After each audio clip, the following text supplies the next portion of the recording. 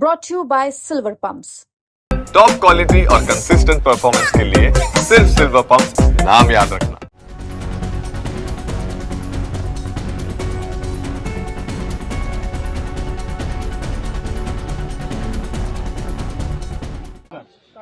अभी मेरा राउंड शुरू हुआ है और मैं देख पा रही हूँ कि यहाँ पे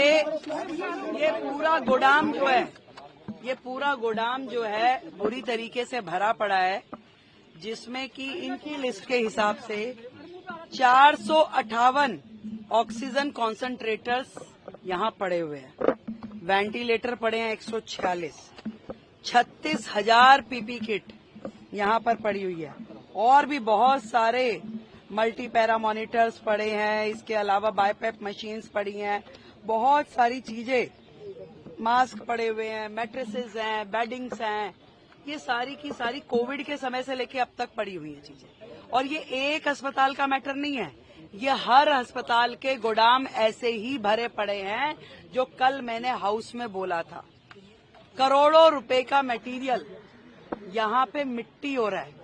आज यदि हम किसी एक्सपर्ट से इसे दिखाएं भी तो भी ये यूटिलाइज होने की स्थिति में नहीं है। ये केवल आपके गोदाम भरे हुए हैं आज की डेट में, जिसे आप इस्तेमाल नहीं कर सकते। कोविड से लेके अब तक आप मानिए कि 458 ऑक्सीजन कॉन्सेंट्रेटर्स एक अस्पताल में पड़े हैं।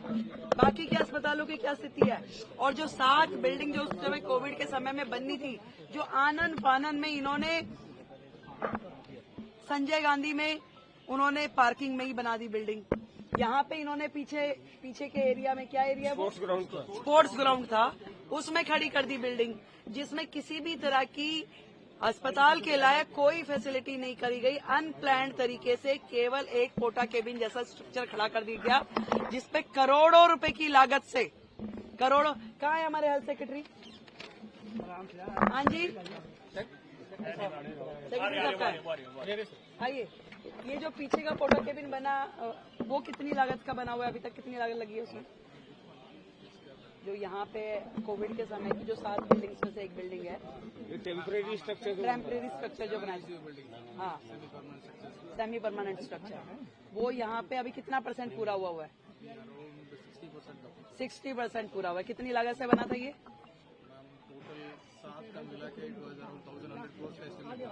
1,100 करोड़ का एस्टिमेट था, जो कि उस समय का शुरू हुआ 60% पे आज भी है। कोविड में बन नहीं पाई। वो सारे के सारे जो थे सेमी परमानेंट स्ट्रक्चर जो थे, 7 में से एक भी बिल्डिंग पूरी नहीं हुई और वो 1200 करोड़ से ज्यादा की लागत की पूरी 7 बिल्डिंग थी। और आज की डेट में अगर उसको रिवाइज एस्टिमेट भी माने तो लगभग 2000 से ऊपर तो 6 महीने पहले का इनका एस्टिमेट था।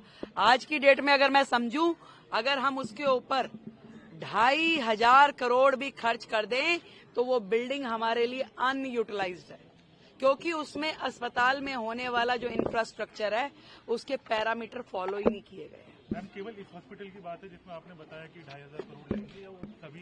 वो 7 बिल्डिंग जो उस समय सेमी परमानेंट स्ट्रक्चर बनाए गए थे, उसमें से एक बिल्डिंग ही है। यहाँ की बिल्डिंग की कॉस्टिंग कितनी है?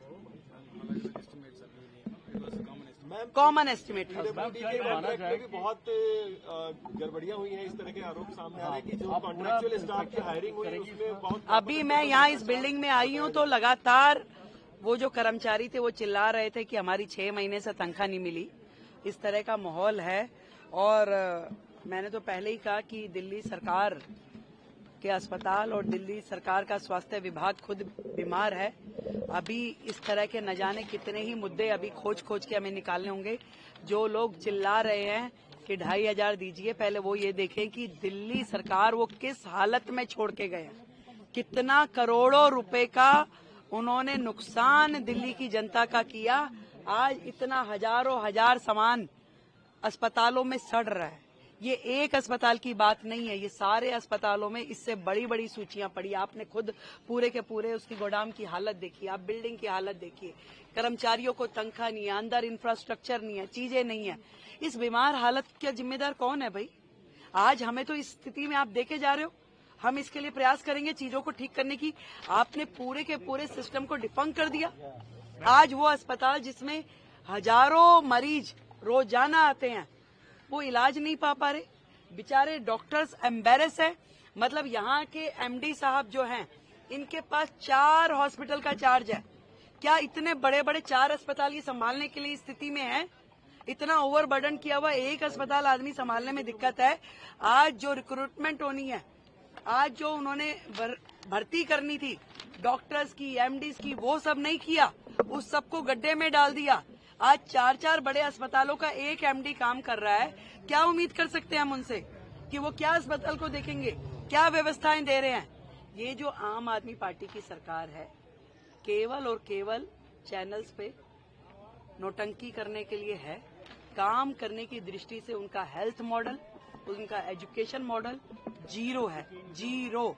और हम ये बता रहे हैं, कल जो EWS का एजुकेशन का जो ड्रॉ होने वाला है, उसको भी हम मीडिया के उपस्थिति में और बड़ी बड़ी स्क्रीन लगा के जनता के सामने बिल्कुल ट्रांसपेरेंसी से करने वाले हैं। कोई भी बंद कमरे में कोई अधिकारी चाहेगा कि वो ये ड्रॉ कर लेगा तो हम उसे होने नहीं देंगे। इतने सारे बच्चों का 38,000 बच्चों के भविष्य का सवाल है।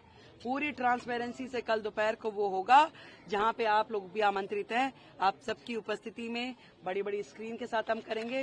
और ये अस्पतालों में जितना भी मटेरियल इस तरीके से डंपिंग ग्राउंड बना हुआ है, टेक्निकल एक्सपर्ट्स को हम बिठा करके इन सामान की उपयोगिता क्या है, अब ये फेंकने में बेहतर है कि इसका कुछ इस्तेमाल हो सकता है, ये हम करेंगे।